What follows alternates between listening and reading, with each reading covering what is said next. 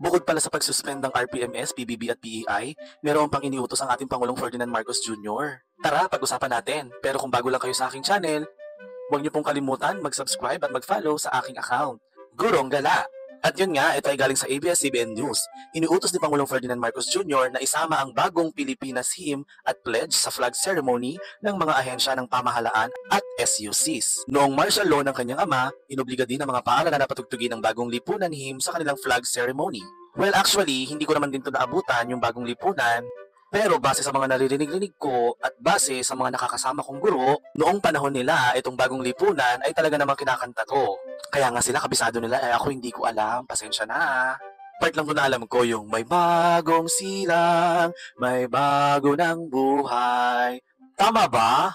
Pero siguro para sa akin, okay din naman siyang isama talaga yung bagong Pilipinas hymn. Para sa akin lang ha, huwag niyo pong pepersonalin. Pero sige nga, tingnan natin yung lyrics ng bagong Pilipinas hymn. Ito yung bagong Pilipinas hymn, yung kanyang lyrics. Hindi ko pa talaga kasi siya alam kung paano kantahin o hindi ko alam kung ano yung tono nito, pero ito yung lyrics niya. Panahon na ng pagbabago dahil sa ito ay kinakailangan. Tayo na magtulong-tulong na paunlarin ang mahal nating bayan. Panahon na ng pagbabago dahil sa ito ay kinakailangan. Tayo na magtulong-tulong na paunlarin ang mahal nating bayan. Panahon na ng pagbabago at iayos ang mga dapat ayusin. Dapat lang maging tungkulin ng bawat mamamayan dito sa atin. Gawin ang pagbabago patungo sa pag-asenso. Magsikap na mabuti at nang guminhawa tayo. Ipagmalaki natin sa mundo at ipamalas ang bagong Pilipino at bagong Pilipinas. Panahon na ng pagbabago. Tangkilikin natin ang sariling atin. At yan pa yung iba pang mga sumunod. Medyo mahaba siya, no? Pero siguro, kung isasama to sa ating flag ceremony, maganda rin siya kasi yung lyrics ay napaka-meaningful for me.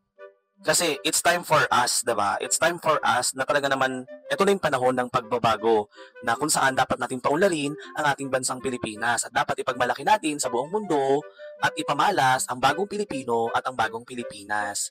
Though marami tayong mga pinagdadaanan ngayon, marami tayong mga hinaing sa buhay, bagkus, sinasabi dito sa lyrics nung bagong Pilipinas hymn, tayo na magtulong-tulong na paunlarin ang mahal nating bayan. Well, gano'n naman, 'di ba? Kung mag-agree kayo or hindi, okay lang naman. Pero sa akin kasi, sa ating mga Pilipino naman talaga magmumula ang bagong Pilipinas o yung pagbabago.